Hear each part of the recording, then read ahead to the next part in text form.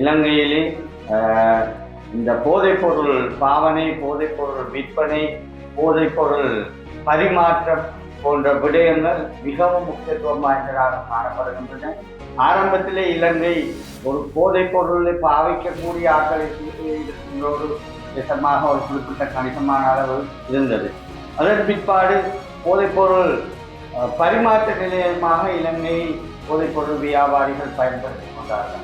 தற்பொழுது அதற்கு மேலாக சென்று போதைப் பொருளை உற்பத்தி செய்கின்ற அளவுக்கு மிக மோசமான நிலையிலே எங்களுடைய நாடு தள்ளப்பட்டிருக்கின்றது.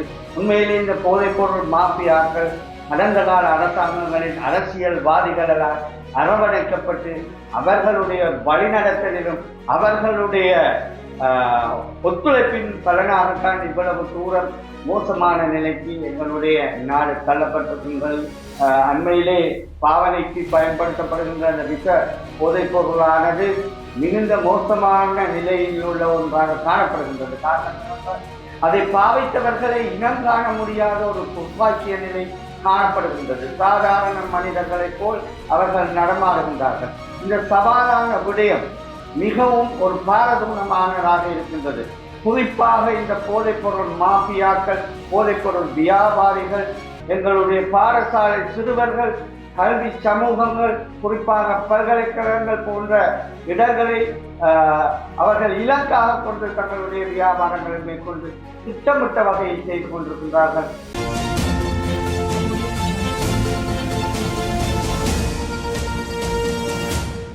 வணக்கம். இலங்கையிலே தற்பொழுது மிகவும் முக்கிய பேசு பொருளாக அமைந்திருக்கின்ற விடயம் போதைப் பொருள் மற்றும் ஒருங்கிணைந்த குற்றச்செயல்கள். உண்மையிலே இந்த இரண்டும் ஒரு நாட்டுக்கு பெரும் சவாலை விடுகின்ற ஒரு நிலைப்பாடு காணப்படுகின்றது. அதனால் எங்களுடைய அரசாங்கம் ஒரு தீர்க்கமான முடிவுக்கு வந்திருக்கின்றது. கடந்த 30ஆம் தேதி ஜனாதிபதி தலைமையிலே சுகததாச உள்ளரங்கிலே அதற்கான செயற்திட்டத்தின் ஆரம்ப நிகழ்வு நடைபெற்றது. அந்த வகையிலே இலங்கையிலே இந்த போதைப்பொருள் பாவனை, போதைப்பொருள் விற்பனை, போதைப்பொருள் பரிமாற்றம் போன்ற விடயங்கள் மிகவும் முக்கியத்துவம் வாய்ந்ததாக காணப்படுகின்றன.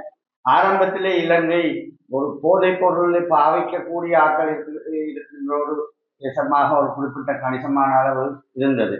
அதன் பிற்பாடு போதைப்பொருள் பரிமாற்ற நிலையமாக இலங்கையை போதைப்பொருள் வியாபாரிகள் பயன்படுத்திக் கொண்டார்கள்.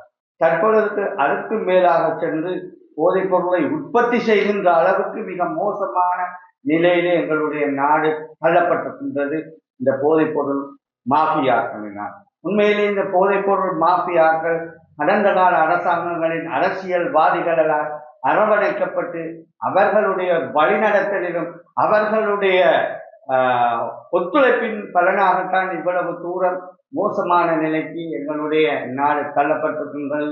இருப்பினும் பொறுப்புள்ள அரசாங்கம் என்ற ரீதியிலே நாங்கள் இந்த போதைப் பொருளை ஒழிப்பதை நிச்சயப்படுத்தி இருக்கின்றோம். நிச்சயமாக எங்களுடைய காலைப்பகுதியிலே விரைவாக நாட்டிலிருந்து இந்த போதைப் பொருளை நாங்கள் இல்லாதொழிப்பதற்காக செயற்திட்டத்தை ஆரம்பித்திருக்கின்றோம்.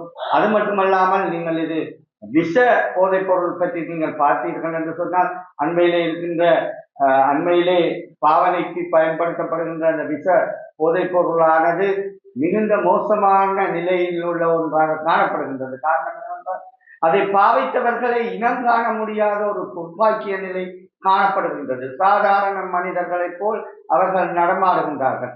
இந்த சவாலான விடயம் மிகவும் ஒரு பாரதூரமானதாக இருக்கின்றது. குறிப்பாக இந்த போதைப்பொருள் மாஃபியாக்கள், போதைப்பொருள் வியாபாரிகள் எங்களுடைய பாடசாலை சிறுவர்கள், கல்வி சமூகங்கள், குறிப்பாக பல்கலைக்கழகங்கள் போன்ற இடங்களை அவர்கள் இலக்காக கொண்டு தங்களுடைய வியாபாரங்களை மேற்கொண்டு திட்டமிட்ட வகையில் செய்து கொண்டிருக்கின்றார்கள். இவர்கள் எதிர்கால சந்ததியினரை, எதிர்கால இலங்கையை ஒரு இருள்மயமான சூழலில் தள்ளுவதற்கான இவர்களுடைய இந்த முயற்சி நிச்சயமாக பயனளிக்கப் போவதில்லை. எங்களுடைய அரசாங்கம் நாங்கள் உறுதியாக இருக்கின்றோம். இந்த போதைப் பொருள் மாஃபியாவை ஒழித்து கட்டுவதில் நாங்கள் இதற்கு நாட்டு மக்களினுடைய பூரண ஒத்துழைப்பை எதிர்பார்த்து நிற்கின்றோம். அது மட்டுமல்லாமல் அனைத்து திணைக்களங்களும் இதில் ஒருமித்து செயற்படுவதற்கு இணங்கியுள்ள வகையிலே நாங்கள் நாட்டு பொதுமக்களுக்கும் ஏனைய எதிர்கட்சியினருக்கும் நாங்கள் வேண்டுகோள் விடுக்கின்றோம். எங்களோடு சேர்ந்து இந்த புனிதமான செயற்பாட்டுக்கு ஒத்துழைக்குமாறு கேட்டுக்கொள்கின்றோம். அது மட்டுமல்லாமல் குறிப்பாக வடக்கு மாகாணத்தை எடுத்துக்கொண்டால் 2009 யுத்தம் 2009க்கு முற்பட்ட காலப்பகுதியில் இவ்வகையான நிலைப்பாடு காணப்படவில்லை. 2009ஆம் ஆண்டுக்கு பிற்பட்ட காலப்பகுதியில் வந்த அரசாங்கங்கள் திட்டமிட்ட வகையிலே எங்களது வடக்கு மாகாணத்தின் எதிர்கால சந்ததியினை அழித்தொழிக்கும் நோக்குடன் திட்டமிட்ட வகையிலே இந்த போதைப் பொருளை எங்களது பிரதேசங்களுக்கு கொண்டு வந்திருக்கின்றார்கள். நிச்சயமாக நாங்கள் வடக்கு மாகாணத்தைச் சேர்ந்த பாராளுமன்ற உறுப்பினர் என்ற வகையிலே நிச்சயமாக இதற்கு எதிராக முழுமூச்சாக 100% நாங்கள் எதிராக செயற்படுவதோடு நாங்கள் இவற்றை ஒழிப்பதில் முன்னின்று செயற்பட நாங்கள் கங்கணம் கட்டியிருக்கின்றோம். அந்த வகையிலே எமது எதிர்கால சந்ததியினை ஆரோக்கியமானதாகவும் வளமான சந்ததியாகவும் உருவாக்க வேண்டிய அந்த பொறுப்பை நாங்கள் ஏற்றிருக்கின்றோம். நிச்சயமாக அந்த பணியை நாங்கள் நிறைவேற்றியே தீர்வோம். அதோடு சேர்ந்து ஒருங்கிணைந்த குற்றச்செயல்கள் இவையில் பாரிய ஒரு பிரச்சனைக்குரிய விடயமான சவாலான விடயமாக நாட்டின் சட்ட திட்டங்களை அமுல்படுத்துகின்றதற்கு சவால் விடுகின்ற விடயமாக இருக்கின்றன. ஆயுத கலாச்சாரம் மேலோங்கி இருக்கின்றது. இவற்றையும் நாங்கள் படிப்படியாக கட்டுப்படுத்தி வந்து கொண்டிருக்கின்றோம். அது வடக்கு வரை வியாபித்து இருப்பது வேதனைக்குரிய விடயம். நிச்சயமாக அதில் நாங்கள் எங்களுடைய கவனத்தை செலுத்த இருக்கின்றோம் என்பதை எங்களிடத்திலே கூறிக்கொள்கின்றோம். தற்போது உண்மையிலேயே இங்க பாத்தீங்கன்னா வேடிக்கையான விஷயம், போதைப் பொருள் அல்லது ஒருங்கிணைந்த குற்றச்செயல்களுக்கு எதிராக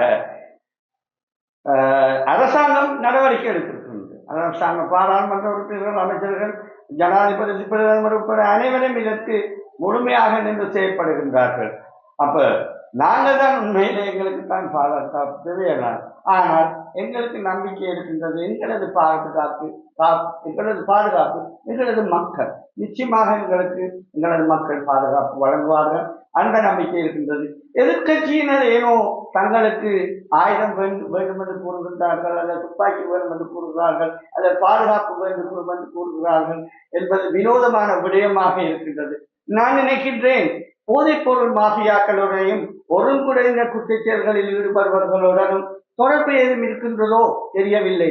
நிச்சயமாக அவ்வாறு இருக்கின்ற பட்சத்தில் அவர்கள் காட்டிக் கொடுக்கப்படலாம், அல்லது ஏதோ ஒரு சந்தர்ப்பத்தில் தங்களுக்கு ஆபத்து விளையலாம் என்ற நோக்கிலே அவர்கள் சில வேளைகளிலே அவ்வகையாக கேட்டிருக்கலாம். அப்படி கேட்டிருந்தால் அது நியாயமாக